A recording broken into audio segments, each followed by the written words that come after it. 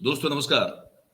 4 PM news network पर 4 PM Gujarat पर आप सबका बहुत बहुत स्वागत है। मैं हूं आपका दोस्त मयूर जानी। और भाई खबर तो आज के दिन और कल से लेकर बहुत सारी आपको बताने लायक बिल्कुल घट रही है घटनाएं, लेकिन ये आज जो हमारे प्रधानमंत्री ने कुछ बोल दिया है वो सुन के अब हमको सही में बहुत ऐसा लग रहा है कि ये इनका जो स्टेटस ऑफ माइंड है वो एक्चुअली कहाँ है, वो किस स्तर पे वो जाके बैठे हुए, ये बहुत बड़ा सवाल मन में खड़ा होता है। क्योंकि उन्होंने आज ये कह दिया है, संसदीय दल की जो बैठक थी भारतीय जनता पार्टी की, वहां उन्होंने ये कहा कि इंडिया नाम रख के कोई कुछ नहीं उखाड़ लेगा, क्योंकि वो इंडिया फ्रंट जो बना है उसकी बात कर रहे थे। उन्होंने कहा कि ये तो ऐसा है कि इंडियन मुजाहिदीन में भी इंडिया है, और जो पीएफआई जिसको प्रतिबंधित कर दिया गया उसमें भी इंडिया है, ईस्ट इंडिया कंपनी में भी इंडिया था, तो इससे क्या फर्क पड़ता है।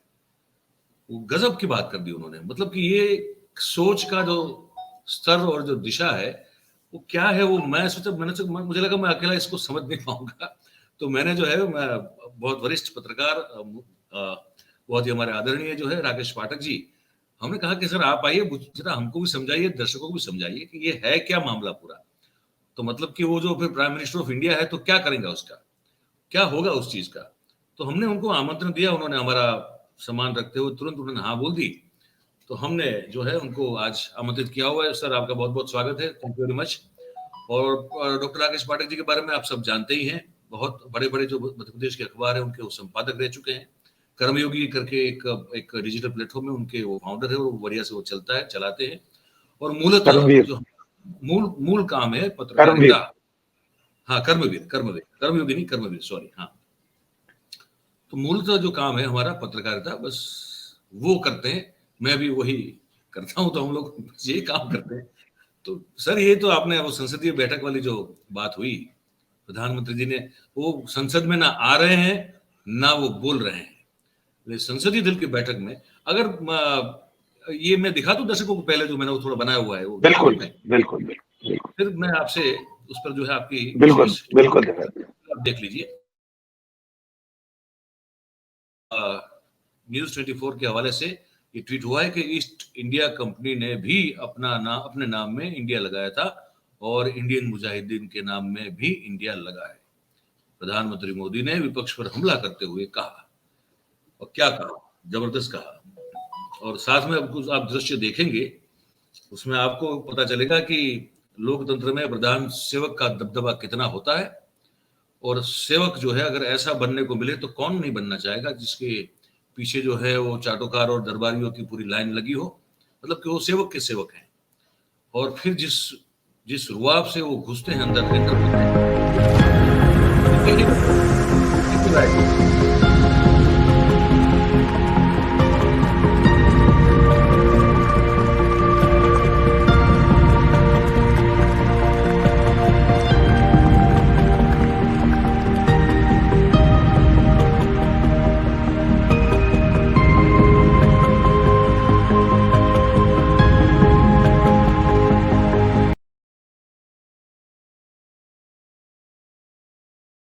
ये दृश्य थे। पहले तो मैं चाहूंगा पाठक साहब कि ये जो एक ये रौब है, ये जो एक पता नहीं किस चीज का गुरूर है, ये जो रुतबा है, मतलब अगल बगल में कोई बैठ भी नहीं सकता है। और मैं इसमें अमित शाह को कहीं देख नहीं पा रहा था, पता नहीं क्यों मुझे वो कहीं दिखे नहीं। हो सकता है बाद में आएंगे या तो पहले कहीं और आकर बैठे, लेकिन इनके अगल बगल में एक तरफ राजनाथ सिंह है, दूसरी ओर पीयूष गोयल है। राजनाथ सिंह के बगल में बैठे हैं गडकरी, और पीयूष गोयल के बगल में जो बैठे थे उनको मैं देखूं, इससे पहले वीडियो समाप्त हो गया। ये कैसा ऐसा कोई सेवक होता है क्या, इस तरह का अद्भुत, जिसके मतलब जिसके सामने बड़े बड़े चक्रवर्ती सम्राटों की आभा भी जो है वो कम पड़ जाए, ऐसा सेवक देखा है सर आपने कहीं? दरअसल में मयूर जानी साहब, ना हमने देखा है ना आपने देखा है, लेकिन ये हम लोगों का सौभाग्य है कि हम लोग लोकतंत्र में, जनतंत्र में पैदा हुए। हम लोग पहला पले बड़े, पढ़ाई लिखाई की, पत्रकारिता कर रहे हैं।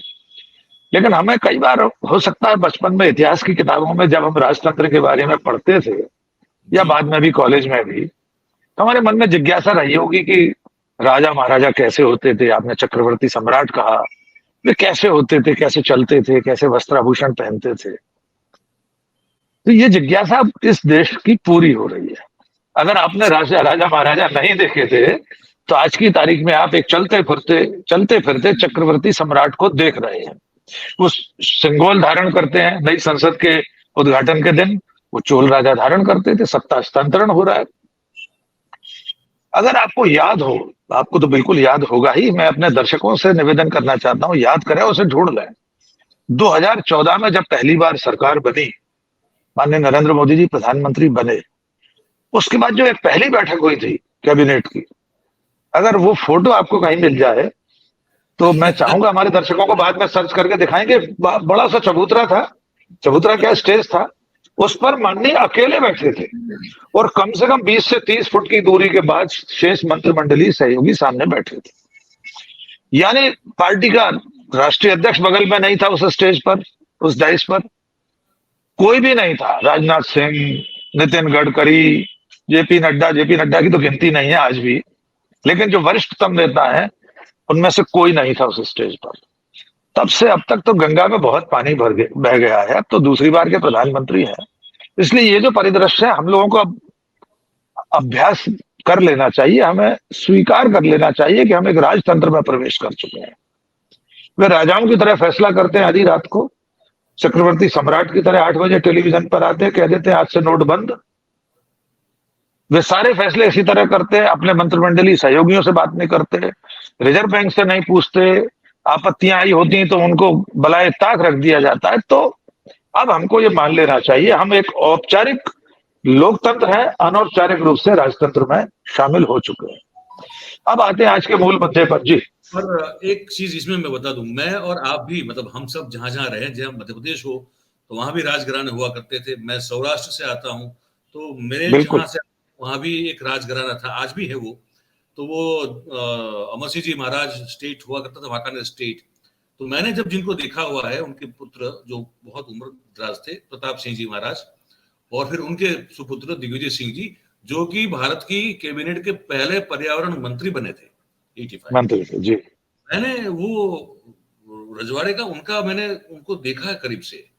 वो इतने इतने सरल, इतने सहज व्यक्तित्व के ये हमारे महाराजा हुआ करते थे कि कोई भी जाके मिल सकता था। तभी भी उनको मैं जब तक रहा वाकानेर में, मुझे पता है बिल्कुल ये अकड़ तो मैंने उनमें भी कभी नहीं देखी। मतलब इतना इतना विनम्र हुआ करते थे वो कि पूछे मत। तो ये पता नहीं किस तरह का राजतंत्र है। राजा क्या ऐसे हुआ करते होंगे जो अभी देख रहे हैं, या जो मैंने देखे आपने देखे होंगे, हम भी तो मिले होंगे अपने। मुझे ऐसा लगता है कि जब वास्तविक राजतंत्र था तब भी राजा ऐसे इतने अहंकारी नहीं थे। बहुत सारे राजा बहुत सहज थे।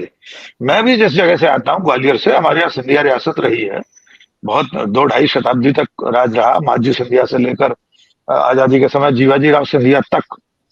लेकिन सिंधिया राजा भी जब लोकतंत्र लागू हो गया तो जीवाजी राव सिंधिया, उनकी धर्मपत्नी राजमाता विजया राजे सिंधिया लोकतांत्रिक व्यवस्था में शामिल हुई। विजया राजे सिंधिया 2 बार कांग्रेस से सांसद रही। आज की नई पीढ़ी ये जानती नहीं होगी। ज्योतिरादित्य सिंधिया आज जिस कांग्रेस को गरिया रहे हैं, वो ये भूल जा रहे हैं कि उनकी दादी कांग्रेस में 1967 तक थी, सांसद थी। उनके पिता आजीवन कांग्रेस ही रहे। तो जो लोग राजघरानों से आते थे, उन्होंने भी लोकतंत्र के तौर तरीकों को स्वीकार किया और उसमें रच बस गए, उसमें ढल गए। नरेंद्र मोदी तो किसी राज परिवार से नहीं आते। बहुत लंबी फहरिस्त है, आप कितने राजाओं के नाम गिना सकते हैं? कैप्टन अमरिंदर सिंह, जयपुर के महाराजा कर्नल भवानी सिंह, न जाने कितने। लेकिन उन्होंने लोकतंत्र को स्वीकार किया। नहीं स्वीकार करते तो चले जाते भारत से बाहर, अपना बना लेते अपना राज्य अलग। किसने कहा था? तो ये आधुनिक सम्राट जो है, ये एक साधारण घर से, हमारे आपकी तरह हम सब भी बहुत साधारण घरों में पैदा हुए। हम कौन से राजघराने से आए? हमने लोकतंत्र में ही जिया है। लेकिन इनके भीतर एक चक्रवर्ती सम्राट की आत्मा प्रवेश कर गई है। हो सकता है पहले से रही हो, अवसर मिल गया तो वे आज इस तौर तरीके के साथ राजनीति कर रहे हैं जिसकी बानगी अभी आपने स्क्रीन पर दिखाई। एक विपक्ष का गठबंधन है। जी, आपका सवाल ले लेते हैं फिर। हाँ, बस मैं अब वो जो इंडिया को लेकर जो इंडिया उसी पर आ रहा हूं। देखिए ये एब्रिविएशन है, शॉर्ट फॉर्म्स है चीजों के। हमारे यहाँ कोई संस्था बनती है, एम्स बना तो हमने उसका all India institute of medical sciences, तो एम्स नाम रख लिया। तो कायदे से उसका नाम एम्स तो नहीं हो गया ना, वो मूल नाम तो वही अखिल भारतीय आयुर्विज्ञान संस्थान। हमारे भोपाल में पहले MSCT एक कॉलेज था, Maulana Azad institute of technology, अब वो मैनेट हो गया, उसका थोड़ा नाम बदल गया है, तो मैनेट कहलाने लगे। तो ये जो शॉर्ट फॉर्म है, ये छुटकू से नाम है, ये सीधे सीधे उस बात का प्रतीक तो नहीं हो सकते ना। विपक्षी दलों के गठबंधन का एक लंबा सा नाम है, बोलचाल की भाषा के लिए प्रयोग करने के लिए उसका शॉर्ट फॉर्म इंडिया बना। तो क्या वो सचमुच में भारत ही हो गया? और उस पर विपक्ष सत्ताधारी पार्टी को इस तरह से बौखलाना, उस दिन से लगातार ऐसे ऐसे तर्क दिए जा रहे हैं। शुरुआत की असम के मुख्यमंत्री ने, उसने अपने नाम में से इंडिया हटा दिया, पहले अपने प्रोफाइल में से ट्विटर में गलती से उसके में लिखा रह गया कि chief minister of Assam comma India, तो उसने परसों उसको भी भारत कर दिया। मेरे 2-3 सवाल है सर। मैंने उसी दिन एक पोस्ट, बहुत लंबी चौड़ी पोस्ट लिखी थी, अभी मैंने दोबारा साझा की है। नंबर 1, हमारे संविधान में पहली लाइन में लिखा है इंडिया दैट इज भारत। अब आप क्या कर लेंगे इसका? We the people of India, we the people of India, हम भारत के लोग। क्या आप संविधान की प्रस्तावना में से ये शब्द हटाएंगे, इंडिया दैट इज भारत? क्या आप हटा सकते हैं? नंबर 2, नरेंद्र मोदी ने आज जो कुछ कहा कि ईस्ट इंडिया कंपनी में इंडिया था, इंडियन मुजाहिदीन में इंडिया शब्द जुड़ा हुआ है, तो वे भूल गए कि उनके अपने प्रोफाइल में लिखा है प्राइम मिनिस्टर ऑफ इंडिया। उसको कहां से हटाएंगे वे दुनिया के जिन देशों में जाते हैं, वे संयुक्त राष्ट्र संघ में जाते हैं, तो उनके सामने जो नेम प्लेट लगी रहती है, प्लेट लगी रहती है, उसमें prime minister of Republic of India लिखा जाता है, बिल्कुल बिल्कुल, प्राइम मिनिस्टर ऑफ भारत नहीं लिखा जाता। मैं कई तकनीकी पक्ष पे ला रहा हूं सर। मतलब सबसे पहले मैंने उन चीजों को खुलासा किया 2-4 दिन पहले।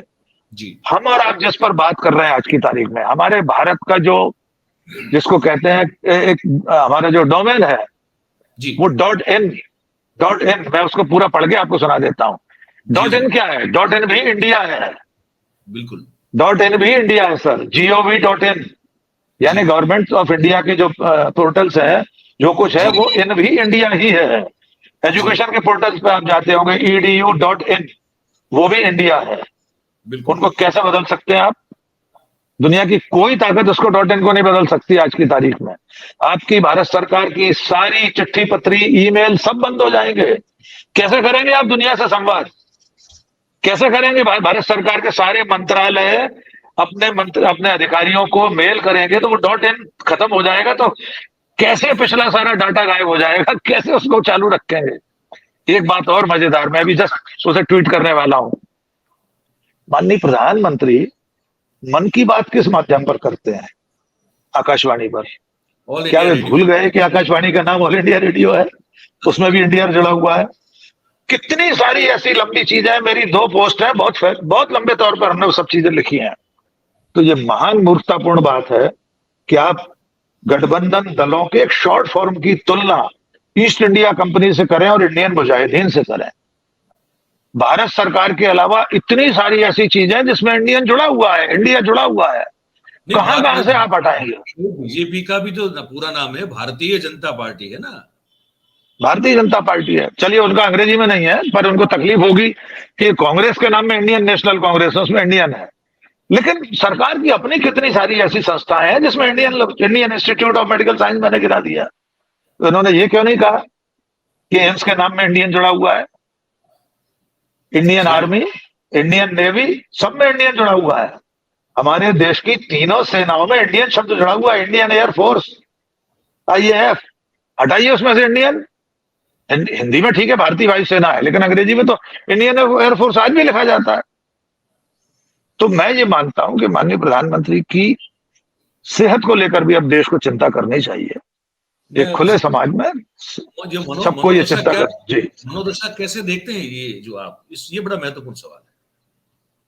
मुझे सर बहुत चिंता हो रही है, ईमानदारी से आपसे कहूं कि वो एक मेगलोमीनिया करके एक बीमारी बताई जाती है, जिसमें व्यक्ति अपने आप को सर्वशक्तिमान समझ बैठता है। उसको लगता है मैं ही सबसे सुंदर हूं, मैं सबसे योग्य हूं, मैं जो फैसले करता हूं वही सही होते हैं, मैं सब कुछ हूं, मैं तो ईश्वर के अवतार की तरह हूं। तो ये कहीं ऐसा कोई मनोविकार किसी व्यक्ति विशेष में तो नहीं आ रहा? मैं नाम भी नहीं लेना चाहता, अब जिनकी बात कर रहे हैं सब देश जान रहा है, लेकिन ये चिंता अब देश को करनी चाहिए। कैबिनेट के जो सदस्य आज सामने बैठे थे, संसदीय दल के उनके जो साथी सांसद जो सामने बैठे थे, क्या वे सब सहमत होंगे कि इस इंडियन शब्द से इंडियन मुजाहिदीन की तुलना की जा सकती है? मेरा मन तो है कि अगर मुझे आज राजनाथ सिंह मिल जाए बात करने के लिए, या नितिन गडकरी मिल जाए, तो मैं उनसे पूछूं कि क्या इसकी तुलना इंडियन मुजाहिदीन से की जा सकती है। मैं अश्विनी वैष्णव से पूछना चाहता हूं, वे आईआईटीएन है, आईआईटी से पढ़े हैं, उनसे पूछना चाहूंगा आईआईटी का फुल फॉर्म क्या है? इंडियन इंस्टीट्यूट ऑफ टेक्नोलॉजी, बिल्कुल। उसमें से भी हटवाएंगे इंडियन? क्या जितने आईआईटीएन उनके मंत्रिमंडल में बैठे हैं, कई हैं, एक आध नहीं है, कई सांसद है आईआईटीएन, जी जी बिल्कुल। क्या उन सब पर आरोप लगा रहे हैं नरेंद्र मोदी अपने सहयोगियों पर? कितने ऐसे लोग होंगे जिन्होंने इलाज कराया होगा एम्स में, उनसे पूछिए। एम्स के नाम में इंडियन लिखा था, क्यों गए थे इलाज कराने? एम्स के डॉक्टर रेगुलर चेकअप के लिए पीएमओ जाते हैं, क्या उन्होंने कहा कि डॉक्टर साहब आपके नाम, आप जिस इंस्टीट्यूट से आए उसके नाम में इंडियन जुड़ा हुआ है, मैं आपसे चेकअप नहीं कराऊंगा? प्रोटोकॉल है प्राइम मिनिस्टर का मेडिकल चेकअप होना, रूटीन में होता है, ब्लू बुक के हिसाब से भी सुरक्षा और सब चीजों में शामिल है। बिल्कुल। Indian police service, Indian administrative service. Mayur Jani साहब, हमारा दिन गुजर जाएगा इंडियन शब्द की फहरिस्त गिनाने में, लेकिन हमारे देश का प्रधानमंत्री, उससे अब इंडिया और इंडियन शब्द से ऐतराज होने लगा।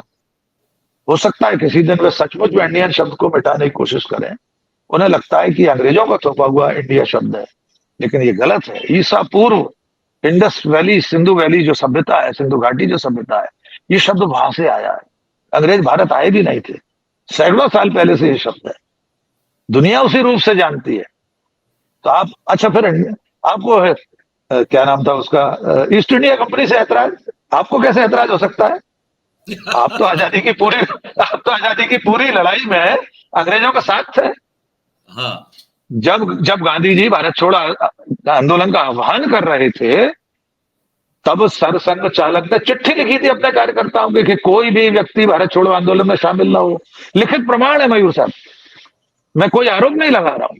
बिल्कुल बिल्कुल बिल्कुल। वीर विनायक दामोदर सावरकर जो इनके नए आराध्य हैं, जिन्हें ये गांधी की जगह स्थापित करना चाहते हैं, वो विनायक दामोदर सावरकर भारत छोड़ो आंदोलन के समय सैन्य परिषदें बना रहे थे और उनके जरिए हिंदू युवकों से आह्वान कर रहे थे कि वे आए और अंग्रेज सेना में, ब्रिटिश फौज में शामिल होकर अंग्रेजों की सेवा करें। तो इनको ईस्ट इंडिया कंपनी से कैसी तकलीफ? वो तो इनके प्रभु हैं, इनके आराध्य हैं अंग्रेज तो। बिल्कुल। जी मयूर जी। बस ये, क्योंकि अब जैसे आपने कहा ना, वही सब सवाल और भी उठते हैं कि अब आप जो योजनाएं भी शुरू करते हैं देश में, तो स्किल इंडिया है, फिर वो डिजिटल इंडिया है, से लेके आप नाम वो भी जो है मेक इन इंडिया है, मेक इन इंडिया है। अब सिर्फ क्योंकि सिर्फ ये विपक्षी दलों ने जो मोर्चा बना लिया, अब वो इंडिया साउंड करता है, आप शॉर्ट फॉर्म को करें तो इंडिया साउंड, तो क्या सिर्फ इसीलिए अब आपको भारत से, इंडिया से जो है दुश्मनी हो जाएगी? ये मतलब इनकी हार्ड ड्राइव इतनी भर चुकी है, जगह नहीं है सही इंफॉर्मेशन के लिए, मुझे लगता है। बिल्कुल बिल्कुल सही बात। या तो हार्ड ड्राइव करप्ट हो चुकी है, मुझे लगता है। तो कहते हैं ना कि वो जब वो करप्ट हो जाता है तो हार्ड ड्राइव, तो फिर वो माल फंक्शनिंग शुरू हो जाता है पूरा। बिल्कुल सही बात है। ये लगता है कि ये है, बाकी तो अदरवाइज आज वो, अब मैं बुढ़ा को सुन रहा था, मैं राजस्थान के जो लफड़ा भी चल रहा है ना, तो बुढ़ा जी जो है वो कह रहे हैं मीडिया में कि वो नाम लेके बोले, इसलिए मैं, मतलब मैं, वो तो उनका ना, वो है क्लिप मौजूद है अभी।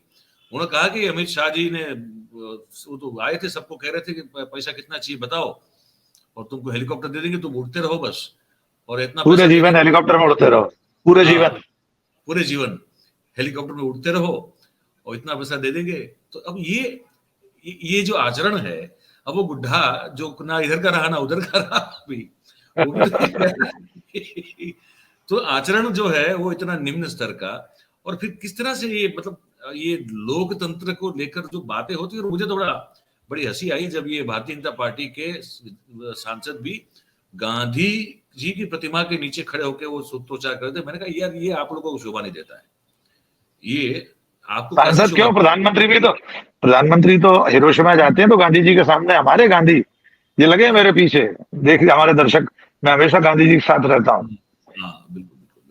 तो हिरोशिमा जाएंगे तो गांधी जी के सामने नतमस्तक होंगे, अमेरिका जाएंगे तो कहेंगे मैं गांधी के देश से आया हूँ। ये कभी ये क्यों नहीं कहते मैं गुरु गोलवलकर के देश से आया हूँ या सावरकर के देश से आया हूँ? फिर तो दुनिया पूछेगी ये कौन सज्जन थे भाई, किसके देश से आए हो आप? बिल्कुल बिल्कुल। नीता अंबानी अभी जो कहीं बाहर गई हुई, तो उन्होंने उस पर भी बड़ी कल मेरे ख्याल से चली बात कि उन्होंने कहा कि I come from the land of Buddha, Buddha. तो हाँ, वो बुद्ध का नाम लिया तो कुछ कुछ और भक्त जो है फिर उसमें चिढ़ गए कि राम का नाम क्यों नहीं लिया, अगर चल रहा था तो मतलब कि बैंकरप्सी हो चुकी है पूरी तरह से, और वो ऊपर से शुरू हुई है तो फिर नीचे तक तो जाने ही वाली है, उसमें तो बिल्कुल ऊपर से।